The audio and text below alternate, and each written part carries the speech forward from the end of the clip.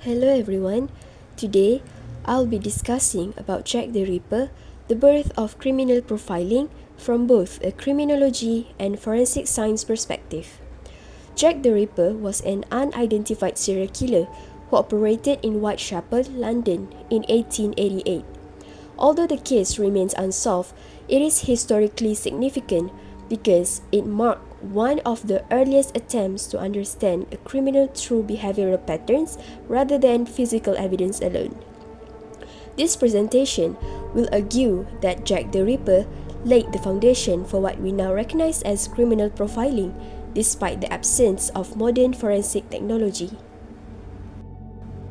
The aim of this presentation is threefold. First, to examine how offender behavior in the Jack the Ripper case led to early profiling attempts. Second, to analyze how criminological thinking was applied before profiling was formally recognized as a discipline. And third, to discuss the limitations of forensic science at the time and how these limitations shift focus toward behavioral analysis. The main argument is that criminal profiling began as a behavioral and criminological process, not a technological one, and the Jack the Ripper case represents this transition clearly. The murders occurred in Whitechapel, an area characterized by extreme poverty, overcrowding, and social instability. The victims were primarily vulnerable women from lower socio-economic backgrounds. The killings occurred within a short but intense period, creating fear and public pressure on the police. The social and environmental context is important because it influenced both the offender's actions and the investigators' interpretations of those actions. One of the most important aspects of the Jack the Ripper case is the pattern nature of the crimes.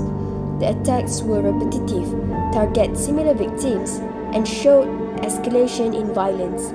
There was consistency in the modus operandi, suggesting the same offender was responsible.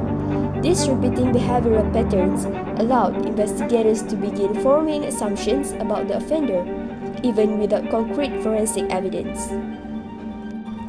Although the term criminal profiling did not exist in 1888, investigators made several behavioral inferences. They believed the offender was likely male, familiar with the Whitechapel area, and comfortable moving within it at night. Some investigators also suggested the offender may have had basic anatomical knowledge based on the injuries inflicted. These conclusions were drawn entirely from crime scene behavior, making this an early form of behavioral profiling. By comparing multiple crime scenes, investigators began analyzing patterns across incidents.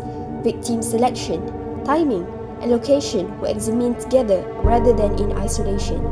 The consistency of location suggested the offender operated within a comfort zone, a concept that is still central to modern profiling today.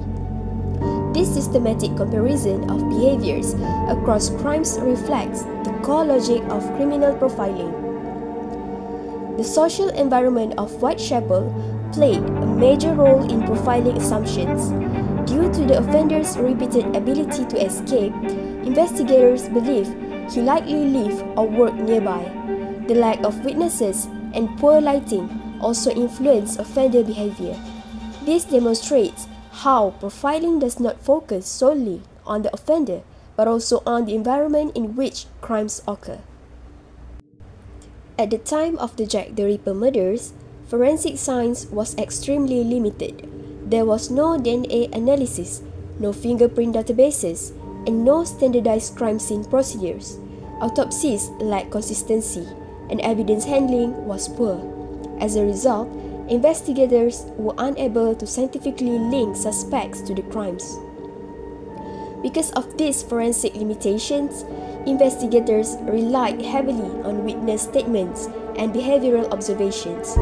Evidence was often contaminated or misinterpreted, and many suspects could not be conclusively ruled in or out.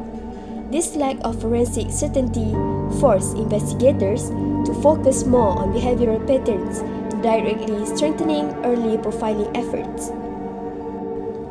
In contrast, Modern investigations use advanced forensic techniques such as DNA profiling, fingerprint analysis, and geographic profiling. Today, behavioral profiling works alongside forensic evidence rather than replacing it. If these tools had existed in 1888, the likelihood of identifying the offender would have been significantly higher. However, the core principles of profiling remain rooted in behavioral analysis. This leads to an important debate. Can criminal profiling exist without advanced forensic science? Jack the Ripper case suggests that it can. Profiling began as an interpretive process based on patterns, logic, and criminological thinking. However, early profiling was limited by subjectivity and lack of scientific validation, highlighting the need for forensic support.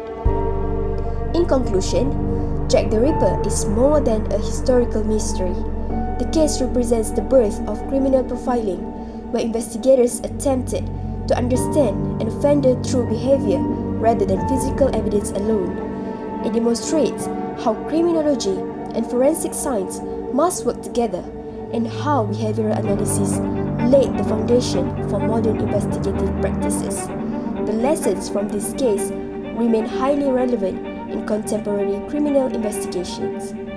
Thank you for listening.